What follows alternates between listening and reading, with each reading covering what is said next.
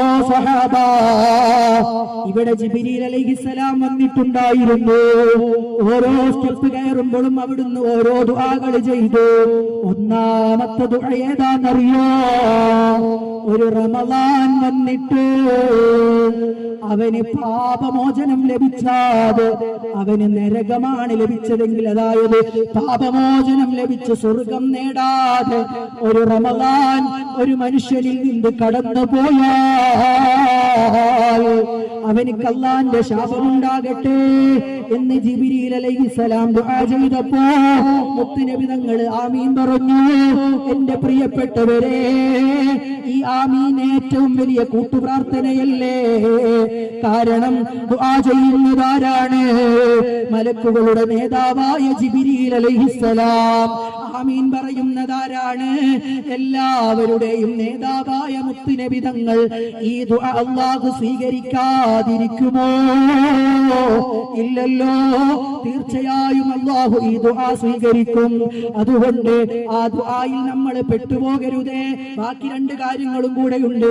ഈ സദസ്സിൽ വേണ്ടത് ഇതായതുകൊണ്ട് ഞാൻ ഓർമ്മപ്പെടുത്തിയെന്ന് മാത്രം. അതുകൊണ്ട് ഒരു റമളാൻ വന്നിട്ട് ദോഷങ്ങൾ പൊറുപ്പിക്കാതെ ആ റമളാൻ കടന്നുപോയാൽ അല്ലാഹുവിന്റെ ശാപമാണവനുണ്ടാവുക എന്നാണ്. അതുകൊണ്ട് റമളാനിൽ നല്ലവണ്ണം തൗബ ചെയ്ത് ഖുർആൻ പാരായണം ചെയ്ത് ഒരുപാട് ദിക്റുകൾ ചൊല്ലി സ്വലാത്ത് ചൊല്ലി നിങ്ങൾ ആ റമളാനിനെ നല്ല രൂപത്തിൽ ഉപയോഗപ്പെടുത്തണം.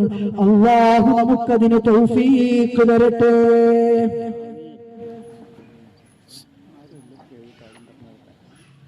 ആ ദുആയിൽ അവിടുന്ന് പറയുന്ന ആ ഒരു ഹദീസില്ലേ, ആ ഹദീസിൽ അതാ നബി സല്ലല്ലാഹു അലൈഹി വസല്ലമ തങ്ങൾ പരിശുദ്ധമായ റമളാൻ വരുമ്പോ നിങ്ങൾ അധികരിപ്പിക്കണമെന്ന് പറഞ്ഞ് നാല് കാര്യങ്ങൾ പറയുന്നുണ്ട്.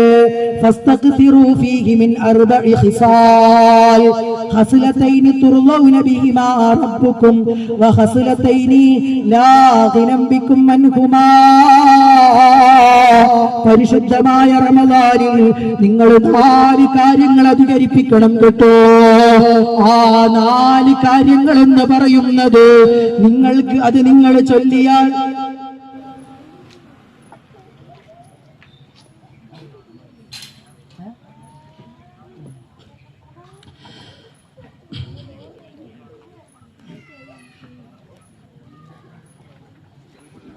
പറയുന്നു.